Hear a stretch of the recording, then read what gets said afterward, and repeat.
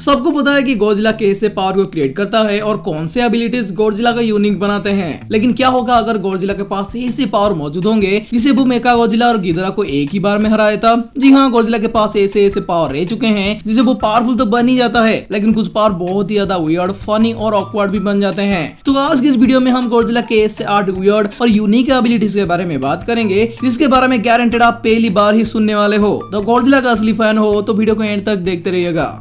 अब देखा है तो गॉडजिला का रोड किसको पसंद नहीं है, लेकिन जब गॉडजिला बात ही करने लग जाए तो सिचुएशन बिल्कुल ही अलग पड़ जाता है। हमें पता है कि टाइटन भी अपने बॉडी जेस्चर की मदद से कम्युनिकेट कर सकते हैं, लेकिन 1972 के गॉडजिला वर्सेस गिगान मूवी के अंदर गॉडजिला अपने एलाय यानी कि एंगुरस के साथ इंग्लिश में बात करने लग जाता है। असल में ओरिजिनल जापान वर्जन के मूवी के अंदर स्पीच बबल और कैप्शन के जरिए गॉडजिला और एंगुरस के बीच का कन्वर्सेशन को दिखाया गया था, लेकिन अमेरिकन वर्जन में इसे डायरेक्टली इंग्लिश वॉइस के साथ डब भी कर दिया गया। You better check. अब पता नहीं अमेरिकन लोगों को क्यों लगता है कि एलियन, मॉन्स्टर और दूसरे डायमेंशन के विलियन को सिर्फ और सिर्फ इंग्लिश लैंग्वेज ही पता है।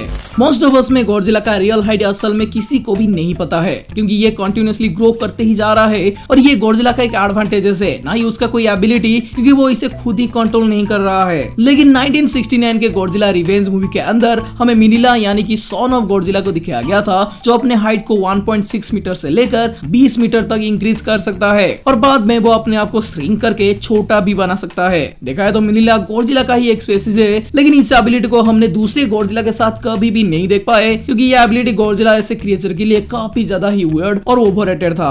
गॉडजिला का एटॉमिक ब्रीथ सिर्फ अटैक ही नहीं, गॉडजिला का सबसे पावरफुल डिफेंस भी है, जिसकी वजह से एटॉमिक ब्रीथ गॉडजिला को दूसरे फ्लाइंग ऑब्जेक्ट या फिर फ्लाइंग टाइटन के अटैक से प्रोटेक्ट भी करता है। लेकिन इसका एक और बड़ा रोल भी हो सकता है, जिसे हमें 1971 की Japanese Godzilla movie Godzilla versus Hedorah movie के अंदर दिखाया गया है। इस वाले सोआ सीरीज के स्टोरी के अंदर गॉडजिला को अपने एनिमी को बहुत ही दूर से भागने से पहले ही पकड़ना था, लेकिन गॉडजिला जोर से तो भाग ही नहीं सकता, तो गॉडजिला ने अपने एटॉमिक एनर्जी को ग्राउंड पर ही कंसंट्रेट कर दिया और तब तक अपने एटॉमिक ब्रीथ को कंटिन्यू रखा जब तक गॉडजिला हवा में उड़ने ना लग जाए। गॉडजिला के लिए ये टेक्निक बैटल के टाइम बहुत ही ज्यादा काम आ सकता है, लेकिन तब से गॉडजिला ने इस ओवररेटेड पावर को कभी यूज ही नहीं किया है। 1974 की गॉडजिला वर्सेस मेका गॉडजिला में किंग ऑफ द मॉन्स्टर यानी कि गॉडजिला को पहली बार एक मेटालिक रोबो जायंट के साथ लड़ना पड़ रहा था। गॉडजिला और किंग सीजर दोनों मिलकर मेका गॉडजिला को हराने की कोशिश किए थे, लेकिन मेका गॉडजिला उनके लिए काफी ज्यादा ही स्ट्रॉन्ग था। लेकिन तब तक नहीं जब तक गॉडजिला के ऊपर कुछ लाइटिंग स्ट्राइक नहीं हुए थे। जैसे कि मेटल के चारों तरफ इलेक्ट्रिसिटी फ्लो होने की वजह से वो एक मैग्नेट बन जाता है, वैसे ही गॉडजिला कुछ लाइटिंग स्ट्राइक खाने के बाद वो भी एक मैग्नेट की तरह कन्वर्ट हो गया था। फिर गॉडजिला अपने बॉडी से मेटालिक टावर को भी अट्रैक्ट करने लगा था और मेका गॉडजिला भी गॉडजिला के मैग्नेटिक अट्रैक्शन से अपने आप को बचा नहीं सका। ये पावर को भी गॉडजिला ने सबसे पहले और आखिर बार ही यूज किया था। और अगर आपको भी लगता है कि आपके ब्लड में ज्यादा आयरन है और इलेक्ट्रिक शॉक से आप भी मैग्नेटो बन सकते हो, तो इससे घर में ट्राई मत कीजिएगा, कोई लैब में जाकर कीजिएगा।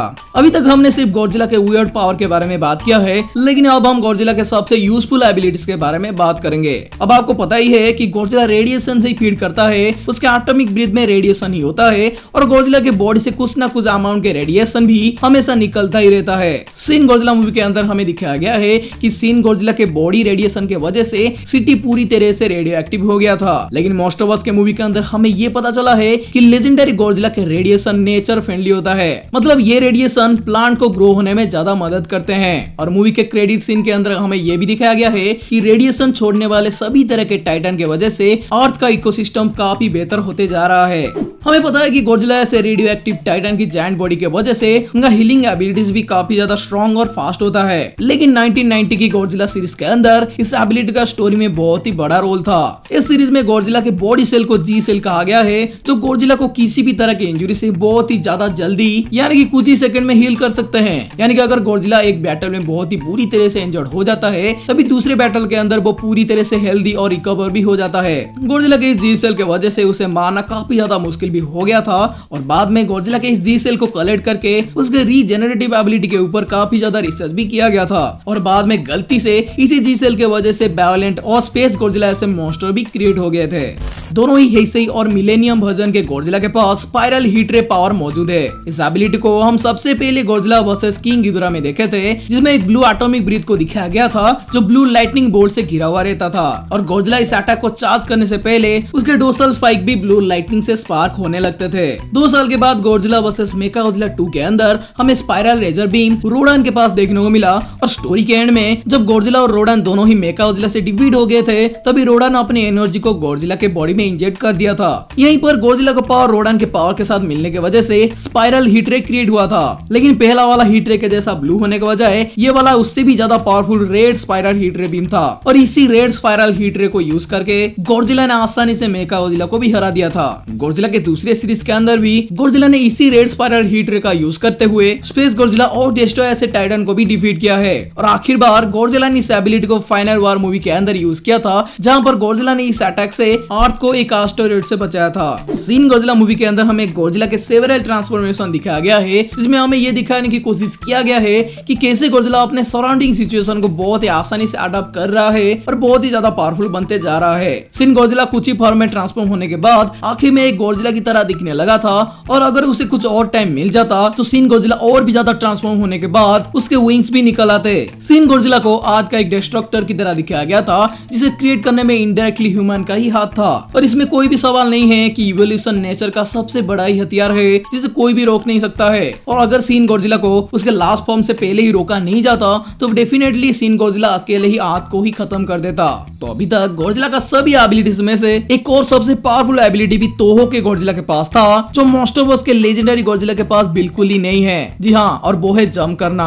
अब आपको इन एबिलिटीज में से कौन सबसे ज्यादा यूनिक या फिर फनी लगा, मुझे कमेंट पर जरूर बताएं। वीडियो अच्छा लगा हो तो वीडियो को एक लाइक करें, चैनल पर नए हो तो चैनल को सब्सक्राइब भी कर ही दीजिएगा। लेकिन आज के वीडियो को एंड करने से पहले आज के लिए आपका क्वेश्चन है कि कौन सा टाइटन अपने साइज को घटा या फिर बढ़ा सकता है। तो फ्रेंड्स, आज के वीडियो को यहीं पर एंड करते हैं, लेकिन हम फिर मिलेंगे इसी चैनल पर किसी और एक नई इंटरेस्टिंग थ्योरी और एक्सप्लेनेशन के साथ। Till then be safe, be smart and keep watching movie explainer YT।